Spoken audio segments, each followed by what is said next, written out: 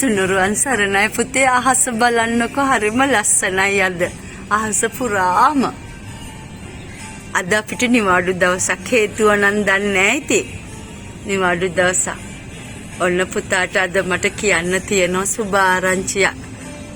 මං ඒක මෙහෙම කියන්න. පුතා දන්නෝනේ කාලයක් තිස්සේ පුතාලා දෙන්න ඉපදෙනකොටම අම්මිට ලෙඩක් තිබුණා කියලා.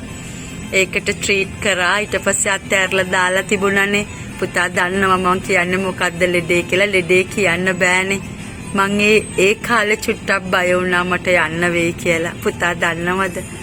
හම්බෙන් ඊයේ මට හිතුණා යන්න ඕනේ කියලා. පොඩි හේතුවක් නිසා මට ෆුල් බොඩි චෙක්අප් එකක් දාගන්නත් ඒ ගැන පොඩ්ඩක් හොයලා බලන්නත් යන්න ඕනේ කියලා ඊයේ උදේ හිතුණා. මං පොඩි දෙයක් හිතලා ඊට පස්සේ ගියා බලන්න එහෙම. ගිහිල්ලා ડોක්ටර් හම්බෙලා ඔයා දන්නෝනේ ඔයා පොඩි කාලේ වෙන්න ආස කරපු දේ. එහෙම ડોක්ටර් කෙනෙක් හම්බ වුණේ. ඔයා දන්නවද මං කියන දේ? එහෙම කළා බලලා සම්පූර්ණයෙන්ම මේව කරලා ඔයාලගේ හිතේ තිබිච්ච බය ඉස්සර තාත්තගේ මගේ ඔක්කොගෙම ඒක දෙයියන්ගේ පිටින් නෑ කියලා කිව්වා. දැන් එහෙම තුනුරුවන්ගේ සරණෙන්. හැබැයි පුතේ මේක මතක තියාගන්න.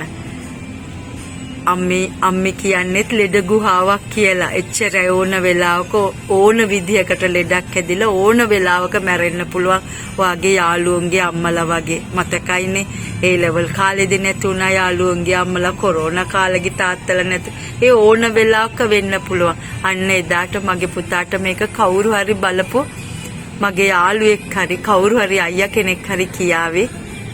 පුතා එදාට දුක් වෙන්න නම් එපා කිසිම වෙලාවක. ඒ අම්මේ පුතත් එක්ක ඉඳලා පුතාගේ අම්මා වෙලා ඉඳපු අන්තිම දවස. එතනින් එහාට මොනවත් හිතන්න එපා. මං කියනෝනේ හැමදාම එතනින් ඉඳලා සතුටින් ඉන්න. පුතා හොඳට හිටියොත් තමයි අපිට මැරුණත් සනීපයක් එන්නේ. මගේ පුතාලා දෙන්නට තුනුරුවන්ගෙම සරණයි. මං දන්නවා සතුටින් මේ දවස්වල වැඩ ටික කරගන්නවා කියලා. අපිට පුළුවන් වුණොත් අපි ළඟදීම පුතාලව බලන්න එන්නම්. තුනුරුවන්ගෙම සරණයි පුතේ. බුදු සරණයි.